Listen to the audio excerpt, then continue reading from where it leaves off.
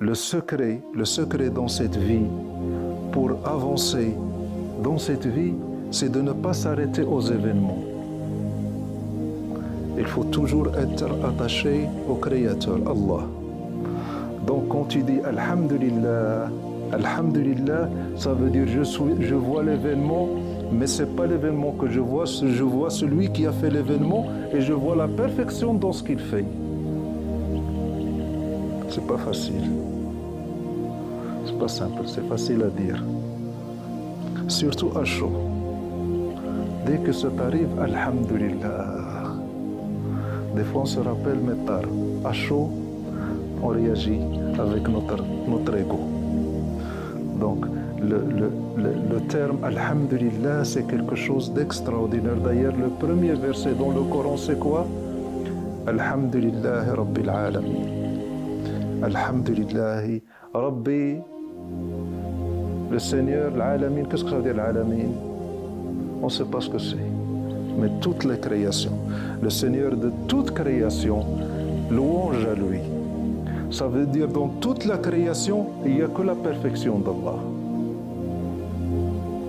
Vous savez, les choses négatives qu'on vit dans cette vie, c'est très très relatif. Vous savez, quand on vit dans un repère à 2 dimensions, c'est très réduit. Vite fait, quand on étudie les maths, et quand tu vis tu travailles sur les courbes, dans un X et Y, ça ne donne rien. Donc c'est très relatif par rapport à ta position et ta façon de voir les choses et de comprendre les choses. Un exemple. Qu'Allah subhanahu wa ta'ala protège vos enfants. Tu perds un enfant.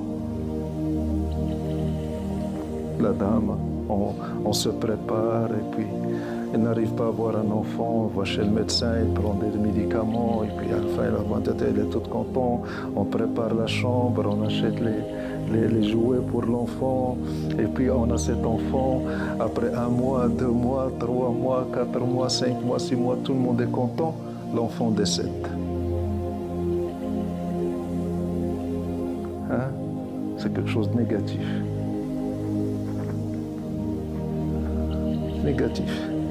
Pour nous.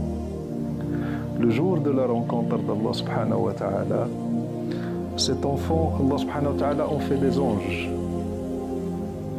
Et l'ange, sa place, elle est où? Elle est où? Au paradis.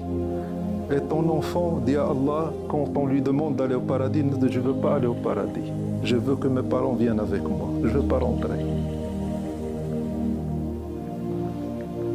Dans cette situation, si cet enfant que tu as perdu, qui t'a rendu tellement triste, te sauve ce jour-là, qu'est-ce que tu vas dire? Si j'avais perdu tous mes enfants.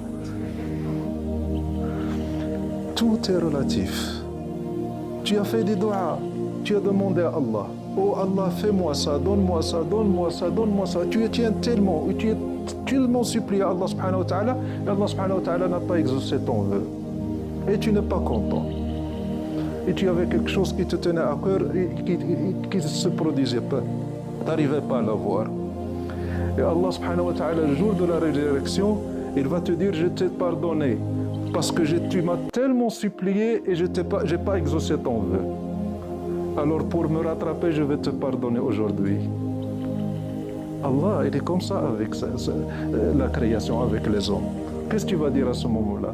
J'aurais bien aimé qu'Allah n'exauce aucun de mes vœux sur terre. Tout est relatif. Donc, Alhamdulillahi Rabbil Alamin. Al-Shukr, le remerciement, c'est autre chose. Dire merci, on regarde la chose, on dit Al-Shukru Lillah. Tu reçois quelque chose et tu dis merci Allah. Merci Allah, ça veut dire tu regardes plus la chose qu'Allah subhanahu wa ta'ala. Même si tu dis merci à Allah, mais ton regard, il est où? Ton regard, il est sur le don d'Allah subhanahu wa ta'ala. Mais tu dis merci à Allah en ayant le regard sur la chose. Et alhamdulillah, ça a une chance de remerciement. On remercie Allah en le regardant lui, pas l'événement. Et ça dépend de la station dans laquelle on est.